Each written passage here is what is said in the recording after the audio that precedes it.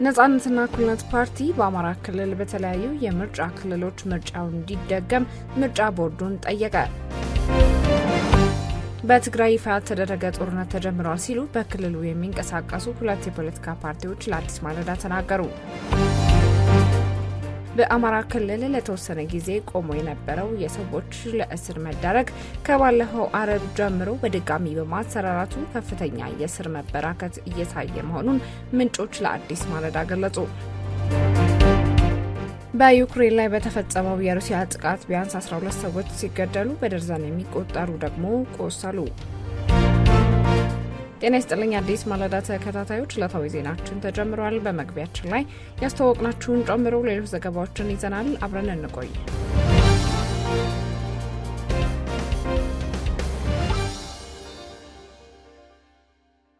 ነጻነትና እኩልነት ፓርቲ በአማራ ክልል በተለያዩ የምርጫ ክልሎች ምርጫው እንዲደገም ምርጫ ቦርዱን ጠየቀ።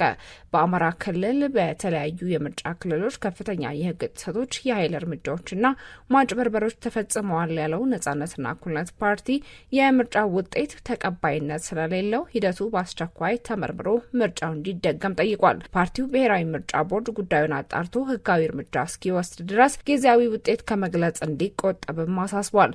ፓርቲው ግንቦት 24 ቀን 2018 ዓ.ም በደሴ ከተማ በሰጠው መግለጫ መንግስት መመስረት ያለበት በምርጫ ብቻ ነው በሚል እምነት በአማራ ክልል በበርካታ ወረዳዎች እጩዎችን አቅርቦ ሲወዳደር መቆየቱን አስታውሶ ይሁን እንጂ በምርጫው ዕለት ከፍተኛ ኢፍትሐዊነትና ነጻ ምርጫን የማስተጓጎል ስራዎች ተፈጽሞብኛል ብሏል። ፓርቲው በደቡብ ወሎ ዞን በለገሂዳ፣ በደብረ ሲና 1ና 2 እንዲሁም በከለላ የምርጫ ክልሎች በገዢው ፓርቲ አባላትና ደጋፊዎች የምርጫ ህግን የሚጥሱ ተግባራት መፈጸማቸውንም ጠቅሷል። ከተጠቀሱት ዋና ዋና ችግሮች መካከል በከለላ፣ በለገሂዳ፣ በመካነ ሰላምና በወግዲ ወረዳዎች በተለይም በተለያዩ ቀበሌዎች የመራጮች ካርድ በገዢው ፓርቲ ተሰብስቦ መራጮች ወደ ቤታቸው እንዲመለሱ መደረጉንም ጠቅሷል።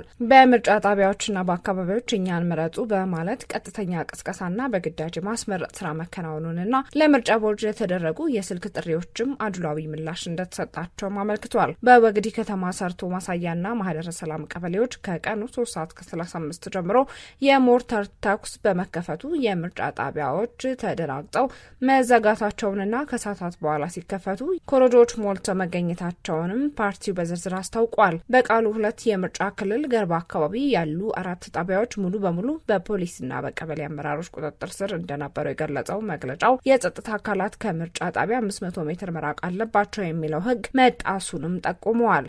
በተለይም የተወሰኑ የሚሊሻ ኃላፊዎች፣ ታጣቂዎችና የቀበሌ አመራሮች በምርጫ ጣቢያ ውስጥ ተገኝተው መራጮችን ሲያስገድዱ መዋላቸውንና የሌሉ ሰዎችን ስም አስገብተው ለማስመረጥ ሲሞክሩ በቁጥጥር ስር መዋላቸውን ፓርቲው ገልጿል።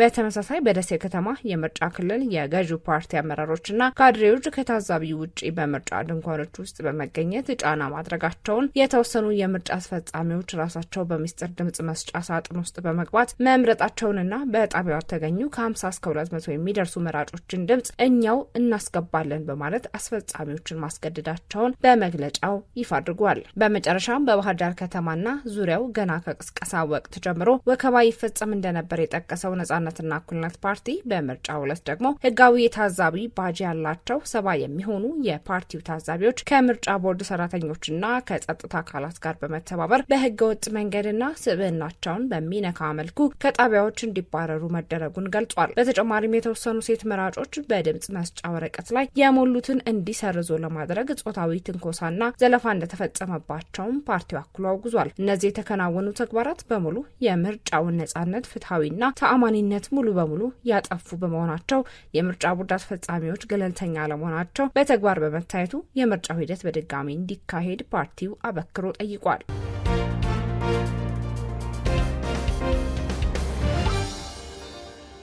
በትግራይ ይፋ ያልተደረገ ጦርነት ተጀምሯል ሲል በክልሉ የሚንቀሳቀሱ ሁለት የፖለቲካ ፓርቲዎች ለአዲስ ማለዳ ተናገሩ። በኢትዮጵያ 7ኛው ጠቅላላ ሀገራዊ ምርጫ መካሄዱን ተከትሎ በትግራይ ክልል ምርጫ ለመደረጉ ከፍተኛ ችግርና ስጋት እየፈጠረ መሆኑን በክልሉ የሚንቀሳቀሱ ሁለት የፖለቲካ ፓርቲዎች ለአዲስ ማለዳ ገልጸዋል። ፓርቲዎቹ በክልሉ ይፋ ያልተደረገ ጦርነት መጀመሩንና ምርጫ ለሕዝቡ ቅንጦት እስከሚሆን ድረስ የጸጥታ ሁኔታ መላሸቁን ተናግረዋል። የውድብ ነጻነት ትግራይ የህዝብ አደረጃጀት ኃላፊ ገብረስላሴ ኪሮስ ቴዎድሮስ እንደሚሉት ከሁሉም በላይ በትግራይ ክልል ምርጫ ማካሄድ እጅግ አስፈላጊ ነበር። ነገር ግን በአሁኑ ወቅት በክልሉ ምርጫ ለማካሄድ የሚያስችል ምንም አይነት አመቺ ሁኔታ አለመኖሩ ከፍተኛ ስጋት ደቅኗል። ምርጫ ከመደረጉ በፊት የትግራይ ህዝብ እንደ ህዝብ በህይወት መኖር መቻል አለበት። ያ ሳይረጋገጥ ስለ ምርጫ ማውራት ለህዝቡ ቅንጦት ነው ሲሉም ተደምጠዋል። ኃላፊው የፌዴራል መንግስትንና ህወሓትን በጽኑ ወቅሰዋል። የፌዴራል መንግስት በትግራይ ጉዳይ ላይ ቅንነት እንደማይታይበትና ቀድሞ የሰራቸውን ስህተቶች አሁንም እየደገመ መሆኑን ገልጸው ህወሓት በበኩሉ በክልሉ ነዋሪዎች ላይ አሰቃቂ ድርጊቶችን እየፈጸመ ነው ብለዋል። በሁለቱ አካላት መካከል ያለው ውጥረት ክልሉን ወደ ሌላ ግጭትና ጦርነት እየመራ መሆኑን የጠቀሱት አቶ ገብረስላሴ በክልሉ ምሽግ ተቆፍሮ የመዋጊያ ጊዜውና ግጭቱ መቼ እንደሚነሳ ቀኑን ብቻ እንጂ የማናውቀው ጦርነቱ እንደሚነሳ እርግጠኛ ነን። በአሁኑ ወቅት በርካታ ይፋ ያልሆኑ ህገወጥ ስራዎችም እየተሰሩ ነው ሲሉ አስረድተዋል። ከሁሉም ከማንም በላይ ትግራይ ውስጥ ምርጫ ያስፈልግ ነበር። ስለዚህ ምርጫ ለማካሄድ አመቺ ሁኔታ የሚፈጥር የሆነ ሁሉም በሁሉም ማህበረሰብ ዘንድ ተቀባይነት ያለው ስርዓት አልተመሰረተም። በዚህ ምክንያት ስለዚህ በሌላ ሀገሪቱ ምርጫ ተካሂደዋል። እኛ ጋር ምንም ሊታሰብ ይችላል። ምክንያቱ ከዛ በፊት መሟላት አለባቸው ብለን የምናስባቸው ነገሮች አሉ። አንድ መንግስትነቱ መመለስ አለበት። የትግራይ መንግስት መመለስ አለበት። ስለዚህ ጊዜያዊ አስተዳደር ቢሆን ሁሉም ፖለቲካ ኃይል የሚያሳትፍ መንግስት መምጣት አለበት ብለን መኖር መቻል አለበት። ከዛ በኋላ ነው ምርጫውን ለትግራይ ህዝብ ሌክዠር ነው። ስለዚህ ከዛ በፊት መቅደም ያለባቸው ነገሮች አሉ ብለን ነው የምናስበው። እነዛ ነገሮች አልተመለሱም። መቼ እንደሚመለሱም አናውቅም። በዚህ ይሄንበት ባለ መንገድ በጣም ጊዜ የሚፈጅ ይመስላል። ቅንነት የለም። በፌዴራል መንግስትም የቲፒኤልኤፍ ፈራሚ የፕሪቶሪያ ስምምነት ፈራሚ ነኝ ብሎ አፍርሻዋለሁ ብሎ አሁን ያለውን ከ50% ግዛት ትግራይም እንደፈለገው እያደረገው ነው። ህዝቡም እየተሳቃየ ነው። ብዙ ወጣቶች ሀገራቸው ለቀው እየሄዱ ነው። አሁን ደግሞ ፎርስድ ሚሊተሪ ኮንስክሪፕሽን እያደረገ ነው። ለጦርነት ለምናምን ብሎ የሚያደርገው በጣም አስቀያሚ ነገሮች አሉ። ኢንተርናሽናል ሁማን ራይትስ ሎው የማይፈቀድ ወንጀል እየፈጸመ ነው። ስለዚህ እንዲህ ሆኖ እያለ በፌዴራል መንግስትና በህወሓት የሚኖረው ግንኙነት በጣም ወደ ሌላ ግጭት የሚያመራ መስሎ ነው የሚሰማኝ። ፌዴራል መንግስትም የትግራይ ችግር እንደ የትግራይ ችግር ለመፍታት የወሰደው ጥሩ የሚባል መፍትሄ የለም። ስለዚህ ካልኩሌሽኑ የትግራይ ህዝብና ህወሓት አንድ ናቸው የሚል በዛ ፎርሙላ የሚሄድ ነው መስሎ የሚሰማኝ። በጣም እየተቀጣ ነው። ፌዴራል መንግስትም ድሮ ያደረገው ስህተት አሁንም እየደገመው ነው። ስለዚህ ሳፈር እያደረገ ነው ህዝቡ። ስለዚህ እንደዛ አይነት ሁኔታ ነው ያለው። ግጭቱ መቼ እንደሚነሳ እንጂ ጦርነት የምንለው የኢኮኖሚክ ጦርነት እየተካሄደ ነው። ቆየ ከፕሪቶሪያ ስምምነት በኋላም እየቀጠለ ነው። የኢኮኖሚክ ሳቦታዎች፣ ፖለቲካል ሳቦታዎች ሁሉም እየተካሄዱ ናቸው ያሉ በክልሉ። ስለዚህ ዋናው ነገር ይቺ ምሽግ ቆፍረ የምትዋጋው ውጊያ እሱ ብቻ ነው። መቼ እንደሆነ የማናውቀው እንጂ መጥፎ ሁኔታ ነው ያለው። ስለዚህ ወደ ኮኦፕሬሽን የሚያመራ ግንኙነት ይኖራል ብዬ አላስብም በቲፒኤልኤፍ እና በፌዴራል መንግስት።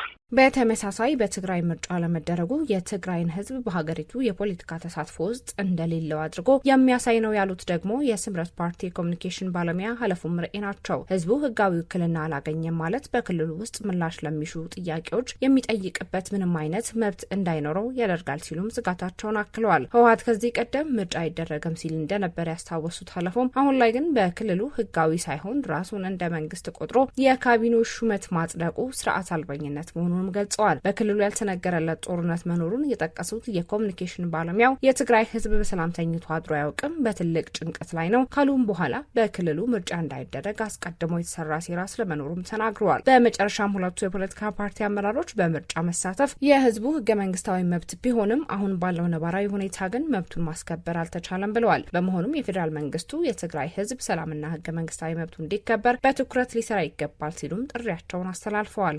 ምርጫ አለመኖሩ በቀጥታ የትግራይ ህዝብ በሀገሪቱ ያለውን ተሳትፎ የለውም ማለት ነው። ይህን ከሌለው ደግሞ በሀገሪቱ መልስ ማግኘት ያለበት የተለያዩ ጥያቄዎች ለመጠየቅ አይቻልም ማለት ነው። ስለዚህ ህጋዊ ውክልና ማግኘት ማለት አንድ ፓርቲ ለማስደሰት የሚደረግ ነገር አይደለም። የራስህ የአንድ ክልል ጥቅም ጠይቅበት፣ ህግም የምታስከብርበት፣ ህጋዊ መንገድ የምትከራከርበት የተለያዩ መንገዶች፣ በተለይ ትግራይ እንደ ማንኛውም ክልል የሚገባትን ነገር ከጥርጣሬዎች ወጥቶ ሁሉንም ነገር በመግባባት በመወያየት ካልሆነም እንኳን በህጉና በህግ አግባብ ማይፈታ ከሆነ ያለውን ነገር በህግ አግባብ ማየት ይቻላል። አሁን ማንም ሰው ውክልና ያለው ትግራይን ወክሎ ለመነጋገር ለዚህ ከባጋ ሆነን የምትነጋገረው አሁን ያመጡት እነሱ ሀገሪቷን ምርጫ እያካሄደች ነው። አሁን እነሱ እየተቹ ነው የሚውሉት። እንግዲህ ምርጫ አይደረግም ሲሉ ነበር። ምርጫ አይደረግም፣ ዋናው ስራችን አሁን ይሄ ምርጫ አይካሄድም ሲሉ ነበር። በግልጽ ተካሂደዋል። አሁን በትግራይ ውስጥ ያለውን መንግስት ህጋዊ ያልሆነ ፕሪቶሪያ ስምምነት መሰረትም ደግሞ ገቢውን ምላሽ ያላገኘ መንግስት በራሳቸው ጊዜ አቋቁመው ትናንት ካቢኔ አቋቁመናል ሲሉ ነበር። በትግራይ ጦርነት አለ። አሁን በትግራይ ውስጥ ብዙ ስለማይወረለት ነው እንጂ የትግራይ ህዝብ አሁን አያውቅም። እንደዚህ በሰላም አድሮ አያውቅም። ጭንቀት ላይ ውስጥ ነው ያለው። ጦርነት አሁንም አለ። መፍትሄ ጦርነት ይሄን ነገር አሁን የህግ ማስከበር ጉዳይ ካልሆነ በስተቀር እነዚህ ሰዎች የሚመጣውን ነገር ለውጥ እንደሌለ ይታወቃል። ምርጫ እንዳይደረግ ደግሞ አስቀድመው ነው እቅድ ያወጡት። ምርጫ አይደረግም እንዳንል ህወሓት ከሌለ ነው የሚሉት እነሱ። ህወሓት እንደሌለ እናውቃለን እኛ። በህወሓት ስም የሚሸጡ ሰዎች ናቸው አሁን ያሉት። እኛም ማንመረጥ ከሆነ አይደረግም ነው። ለምንድን ነው እንደዛ የሚያደርጉት መሰለሽ? በስብሰባ በግልጽ አንስተውታል። አሁን ምርጫ እኛን ከውድድር ውጭ የሚያደርገን ያለው ምርጫ እንዲደረግ ከፈቀድን መንግስት ይቋቋማል። በትግራይ መንግስት ከተቋቋሙ ደግሞ ስልጣኑ ከእጃችን ይወጣል። ህግ የማስከበር የሚለውን ነገር ይመጣል። ስለዚህ እኛ ለማሳደድ ስለሆነ ምርጫ በትግራይ ውስጥ እንዲካሄድ አንፈቅድም ብለዋል። እነዚህ ሰዎች በህግ የሚያስጠይቅ ነገር ካላቸው ይጠየቃሉ እንደማንኛውም ሰው። ህጋውያን እንደነበሩ ምንም ነገር ኮንፊደንስ ካላቸው ደግሞ ለህዝብ ስትል እኮ ነው ምርጫ የምታደርገው። ለበጀቱ፣ ለነዳጁ፣ ለሰላሙ ነው እንጂ እስካሁን ድረስ እኮ ልንገርሽ መንግስትን የማያውቀው መንግስት ተቋቁሞ ዘጋ። ስለዚህ ህብረተሰቡ ይሄን ነገር ገብቶታል። ያለውን አሁን እኛ እገዛ ስለ ምርጫ በቃ ለትግራይ ህዝብ አሁን ጥንጦት ሆኖበታል። ገባሽ? ማግኘት ያለበት ህገ መንግስታዊ መብት ቢሆንም ለሱ አሁን የመኖርና ያለመኖር ችግር ነው የገጠመው። እችን ነገር ለመፍታት ደግሞ የፌዴራል መንግስትም ከቲዲኤፍ ጋር ማለት ሰላም ነው የምንፈልገው ብለው የወጡ ኃይሎችም አሉ። የተለያዩ ተቃዋሚ ድርጅቶችም ወጥተዋል፣ ጋዜጠኞችም ጭምር ወጥተዋል። እነዚህን አሰባስበን ከፌዴራል መንግስት ጋር ሆነ ስለ ሀገር ጉዳይ ማሰብ ነው።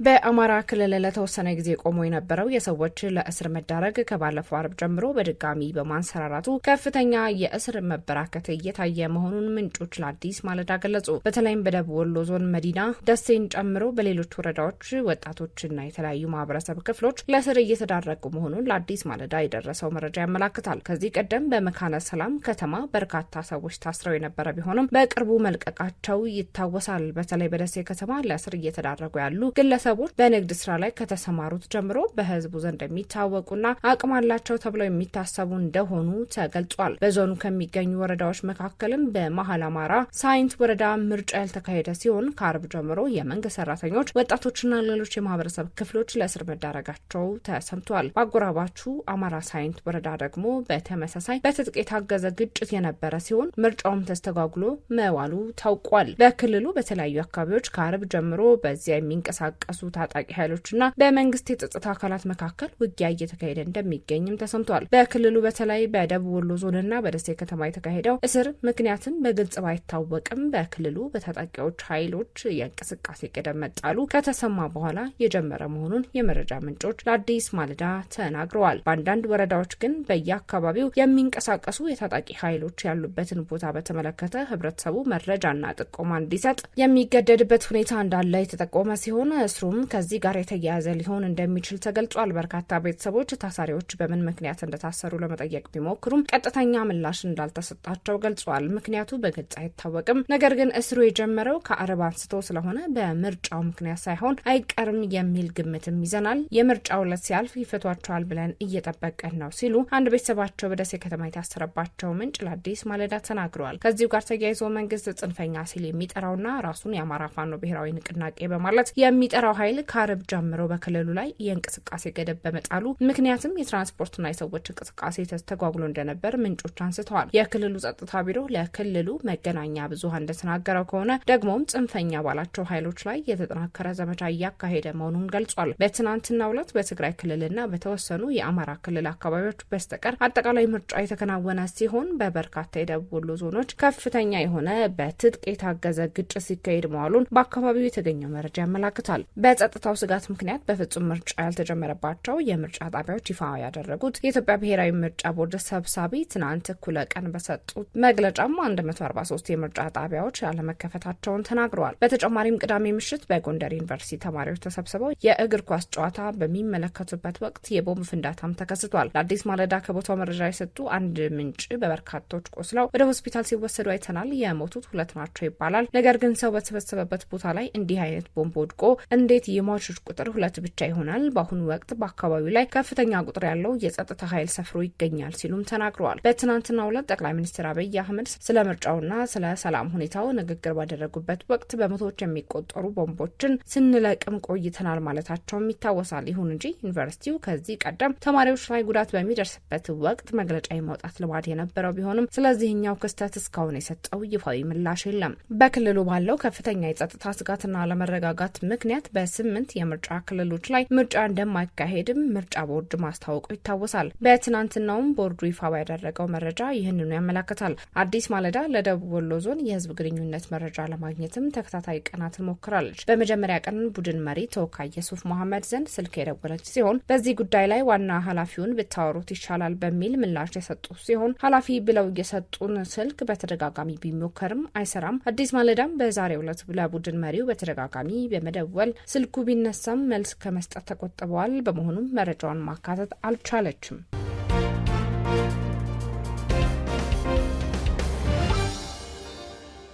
በዩክሬን ላይ በተፈጸመው የሩሲያ ጥቃት ቢያንስ 12 ሰዎች ሲገደሉ በደርዘን የሚቆጠሩት ደግሞ ቆሰሉ። ፕሬዚዳንት ቮሎዲሚር ዜሌንስኪ ሞስኮ ለከፍተኛ ማጥቃት እየተዘጋጀች ነው ሲሉ ካስጠነቀቁ ከጥቂት ቀናት በኋላ በዩክሬን ላይ በተፈጸመው የሩሲያ የሚሳኤልና የድሮን ጥቃት ቢያንስ 12 ሰዎች መገደላቸውንና በደርዘን የሚቆጠሩ መቁሰላቸውን የዩክሬን ባለስልጣናት ገለጹ። ሩሲያ በሌሊት 656 ድሮኖችንና 73 ሚሳኤሎችን ወደ ዩክሬን መተኮሷን የዩክሬን አየር ኃይል ማክሰኞ ዕለት አስታውቋል። ዋናዎቹ የጥቃት ኢላማዎች ዋና ከተማ ኪቭ፣ የመካከለኛው ከተማ ዲንፕሮ እንዲሁም የምስራቅ ከተሞች የሆኑት ፖልታቫ፣ ካርኪቭና ዛፖሪዥያ መሆናቸውን ገልጿል። የዩክሬን የአየር መከላከያ 40 ሚሳኤሎችንና 600 ድሮኖችን መቶ ጥሏል እንዲሁም አምክኗል። የኪቭ ከንቲባ ቪታሊ ክሊፓይንትስኮ እንደተናገሩት በዚህ ከፍተኛ የጠላት ጥቃት በዩክሬን ዋና ከተማ ቢያንስ 4 ሰዎች የተገደሉ ሲሆን 2 ህጻናትን ጨምረው 58 ሰዎችም ቆስለዋል። ከንቲባው ቀደም ብለው በከተማዋ ውስጥ ፍንዳታዎችም አሉ ብለዋል። የአየር መከላከያ ኃይሎች እየሰሩ ነው፣ መጠለያዎች ውስጥ ቆዩ ሲሉ ማስጠንቀቀው ነበር። በመካከለኛ ዩክሬን በሚገኘው የዲንፕሮ ፔትርቮስ ክልል በሩሲያ ጥቃቶች ቢያንስ 8 ሰዎች የተገደሉ ሲሆን ህጻናትን ጨምሮ ሌሎች 36 ሰዎች መቁሰላቸውን የክልሉ ገዢ አሌክሳንደር ጋንዝሃ ገልጸዋል። በሰሜን ምስራቅ ዩክሬን በምትገኘው ካርኪቭ ከተማ አንድ ህጻን ጨምሮ 10 ሰዎች መቁሰላቸውን የከተማዋ ከንቲባ ኢሆር ቴሬኮቭ አስታውቀዋል። ከኪቭ ሆና የዘገበችው የአልጀዚራዋ ኦድሪ ማክላፓይን እንደገለጸችው መንግስት ለዩክሬናውያን ሊቃጣ ስለሚችል መጠነ ሰፊ የሩሲያ ጥቃት አስቀድሞ አስጠንቅቆ የነበረ በመሆኑ ብዙዎቹ ባሉበት ቦታ ተጠልለው ቆይተዋል። የምድር ውስጥ ባቡር ጣቢያዎችና መጠለያዎች ከሰኞ ምሽት ጀምሮ እስከ ማክሰኞ ጠዋት 1 ሰዓት ድረስ አፍንጫቸው እስኪደፈን ድረስ ተጨናንቀው ነበር ስትል ተናግራለች። ዕለታዊ ዜናችን በዚሁ ተጠናቀቀ። አዲስ ማለዳን ሰብስክራይብ ማድረግ አይዘንጉ። ጤና ይስጥልኝ።